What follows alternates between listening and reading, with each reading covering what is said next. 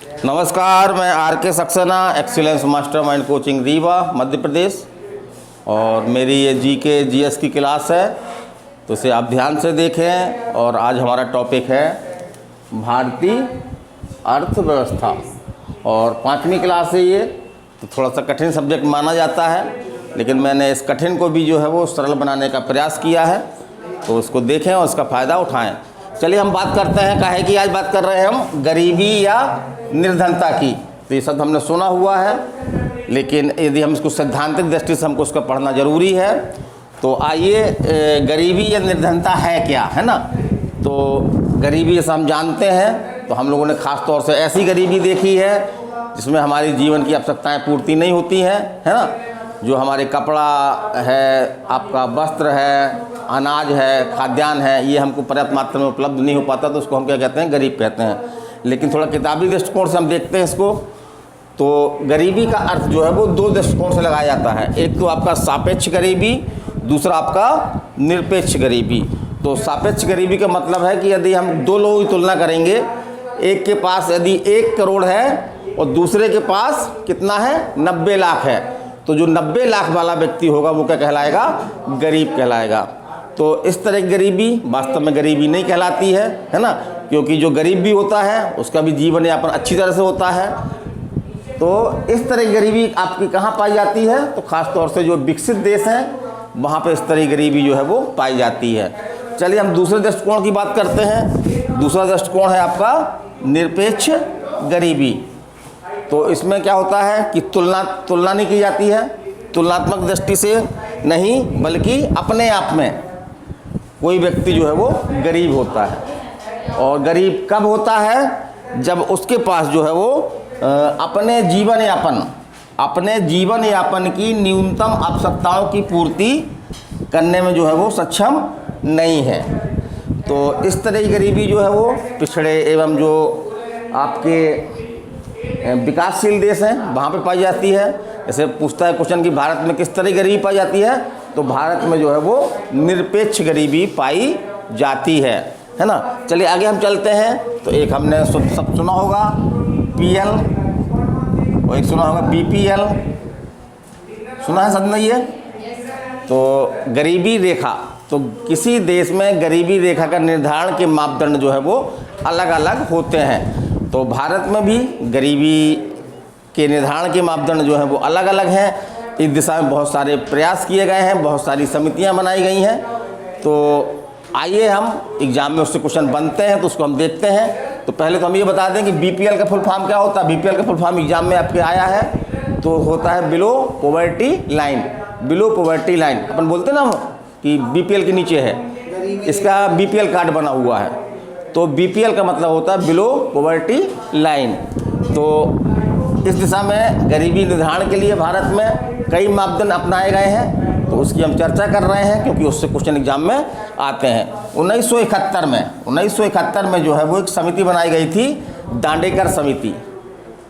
तो इस समिति ने क्या किया, कैलोरी के आधार पर, है ना, कि कैलोरी के आधार पर जो है वो गरीबी का निर्धारण करना चाहिए। कैलोरी, है ना, जो हम खाते हैं, भोजन लेते हैं, उसमें हमको बहुत सारी जो है कैलोरी मिलती है ना। हर वस्तु में अलग अलग कैलोरी मिलती है। तो इसने क्या कहा कि कैलोरी के आधार पर जो है वो गरीबी का निर्धारण होना चाहिए। और इसने मापदंड दिया, मापदंड क्या दिया, इसके अनुसार ग्रामीण क्षेत्रों में 2400 कैलोरी प्रति व्यक्ति प्रतिदिन तथा शहरी क्षेत्रों में 2100 कैलोरी प्रतिदिन प्रति व्यक्ति से अगर कम प्राप्त होती है, तो ऐसा व्यक्ति जो है वो क्या माना जाएगा, गरीबी रेखा के नीचे माना जाएगा। तो यहाँ से क्वेश्चन बनता है आपका, ये मापदंड अच्छा माना गया है, इसको लागू भी किया गया है। तो ग्रामीण क्षेत्रों के लिए कितनी कैलोरी और नगरीय क्षेत्रों के लिए कितनी कैलोरी आवश्यक है, इसको आपको जो है वो ध्यान में रखना है। चलिए हम आगे चलते हैं। तो एक समिति बनी थी आपकी लकड़वाला समिति। तो ये समिति भी गरीबी निर्धारण से संबंधित थी। तो इसमें आपको क्वेश्चन बनता है कि लकड़वाला समिति जो है वो किससे संबंधित है, किससे संबंधित है, गरीबी निर्धारण से। किससे संबंधित है, गरीबी निर्धारण से। फिर देखते हम आगे देखते हैं 2008 में जो है वो एक समिति बनी, सुरेश तेंदुलकर समिति, है ना। तो सुरेश तेंदुलकर समिति। और इसने क्या मापदंड अपनाया? इसने ये कहा कि जो है वो उपभोक्ता व्यय माने अपनी आय का कितना परसेंट जो है वो अपने खाने पीने पे, उपभोग की वस्तुओं पर जो है वो व्यय करता है, इसके आधार पर गरीबी का निर्धारण किया जाना चाहिए। चलिए हम आगे चलते हैं। तो एक समिति है आपकी रंग राजन समिति, फेमस समिति है, कई एग्जामों में आई है ये। तो ये किससे संबंधित है? गरीबी निर्धारण से। चलिए हम एक बहुत ही महत्वपूर्ण योजना लेके आए हैं आज, राष्ट्रीय खाद्य सुरक्षा योजना 2013। तो वास्तव में ये एक अधिनियम है और इस अधिनियम के अधीन जो है वो लोगों को एक खाद्य सुरक्षा जो है वो उपलब्ध करवाई गई है। तो इसको एक्ट का नाम क्या है? NFSA 2013। तो इसका NFSA का हम पूरा नाम क्या है इसको देख लें। तो इसका नाम क्या पूरा? National food security act 2013। तो इसके अंतर्गत जो है वो देश की लगभग 75% आबादी को जो है वो एक खाद्य सुरक्षा की जो है वो गारंटी दी गई है। चलिए इसके प्रावधान क्या हैं? तो इसको केंद्र सरकार द्वारा जो है वो कब अधिसूचित किया गया? ये क्वेश्चन एग्जाम में आया है आपका। तो 10 सितंबर 2013 को केंद्र सरकार द्वारा जो है इसको गजट में प्रकाशित किया गया और धीरे धीरे इसका विस्तार जो है पूरे भारत में हो चुका है। वर्तमान में पूरा भारत में जो है ये योजना लागू है। और इसका उद्देश्य क्या है? तो इसका उद्देश्य है सस्ती दर पर लोगों को, है ना, लोगों को अच्छा खाद्यान्न उपलब्ध करवाना, ताकि उनके जीवन स्तर को जो है वो क्या किया सके?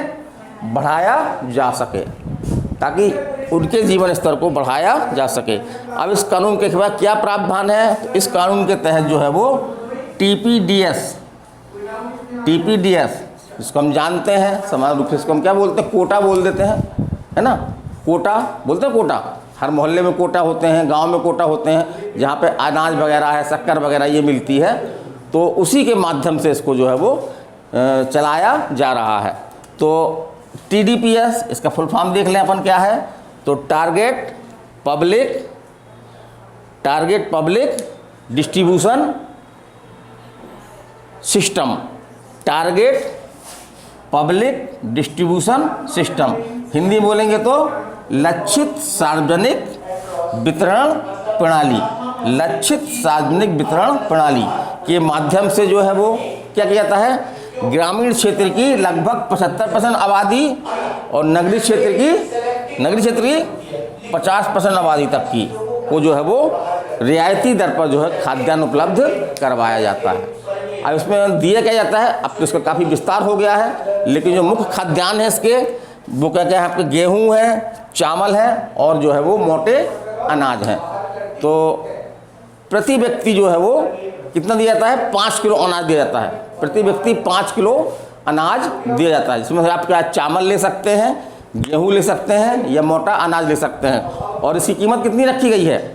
चावल 5 रुपये किलो, गेहूँ 3 रुपये किलो और मोटा अनाज 1 रुपया किलो जो है वो दिया जाता है। और तो इससे आपके क्वेश्चन बनते हैं एग्जाम में, इसको ध्यान रखिएगा। चलिए आज की हमारी क्लास इतनी ही है, कल फिर मिलेंगे। नमस्कार, धन्यवाद।